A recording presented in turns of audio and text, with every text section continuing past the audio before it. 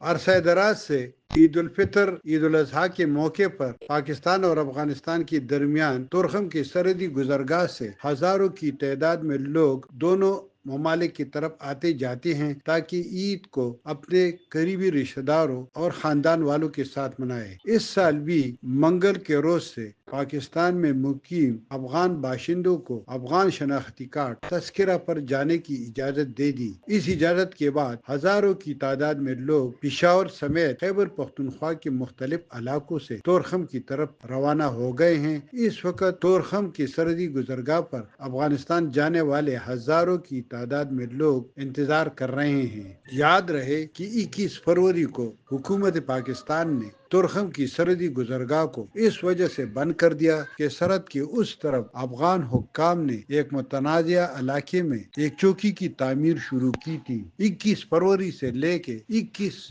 مارچ تک سرحدی گزرگاہ ہر قسم کی تجارتی مقاصد اور آمد و رفت کے لیے بند رہی۔ تاہم چند روز قبل تورخم ہی میں پاکستان اور افغانستان سے تاجروں اور قبائلی زعماء پر مشتمل ایک مشترکہ جرگہ ہوا، جس میں جمعے کی روز سے تورخم کی سرحدی گزرگاہ کو دو طرفہ تجارت کے لیے باقاعدہ کھول دیا گیا، جبکہ سوموار کی روز سے اس سرحدی گزرگاہ پر ویزا اور پاسپورٹ پر آنے جانے والوں کو اجازت مل گئی ہے، جبکہ منگل کے روز سے پاکستان میں مقیم افغان باشندے جن کے پاس تذکرہ ہے یا جن کے پاس افغان سٹیزن کارڈ ہے، وہ بھی وطن واپس جا کر عید الفطر کو اپنے قریبی عزیز اقارب کے ساتھ منا سکتے ہیں۔ شمیم شاہد، میدان ڈیجیٹل، پشاور۔